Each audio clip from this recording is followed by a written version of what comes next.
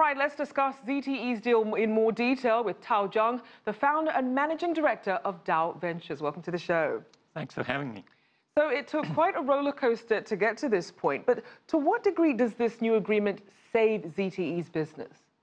I think it's definitely saving its business, but I think at the same time, ZTE may need to change its strategy on a moving forward basis, particularly when it comes to its operations in the U.S. and its partnership with some of the U.S. companies.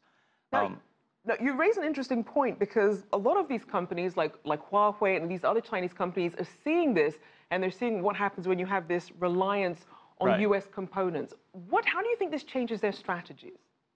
On one hand, they definitely they realize that they have over reliance on U.S. based core technologies. They need to come up with their own technologies on this front.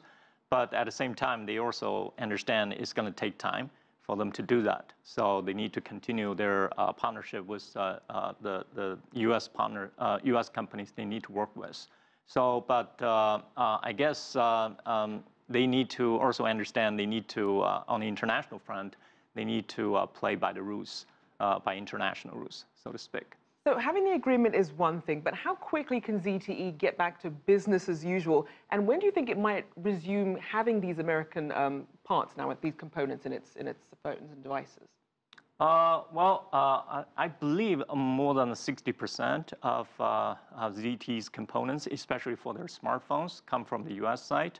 So I don't think they can reduce their reliance on technologies from the U.S. in this area. But they need to change their strategy in a sense that they probably also want to look at other markets and also other technologies, other products, they can do internationally. So rather than just like smartphones or some of the other telecom equipment for which they must use U.S. technology. Now, Commerce Secretary Wilbur Ross says that the U.S. still retains the power to shut ZTE down. So given that you have that backdrop, is there then more impetus for some of these foreign companies to really find their own ways, or should they still be looking towards the U.S. market for their future? U.S. market, no doubt about it, so it's the biggest market, for some of the Chinese companies, and especially for some of the telecom companies. But at the same time, U.S. market is also kind of challenging, especially for companies like ZTE and Huawei, who by some people in the U.S. are considered kind of with a government background, have a strong government background of connections on the China side.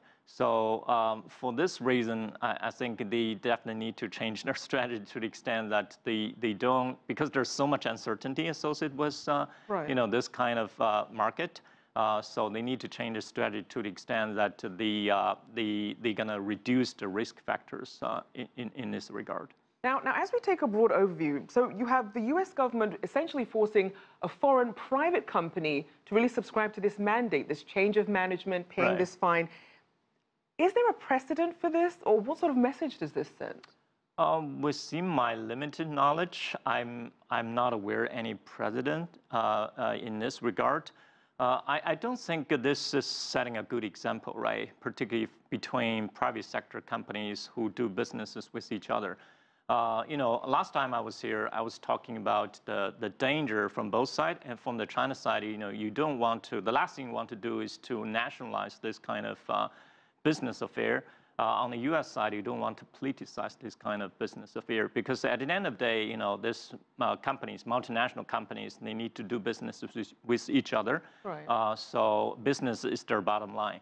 But at the same time, if their business is being taken advantage of for political reasons, I think it won't be good for anybody.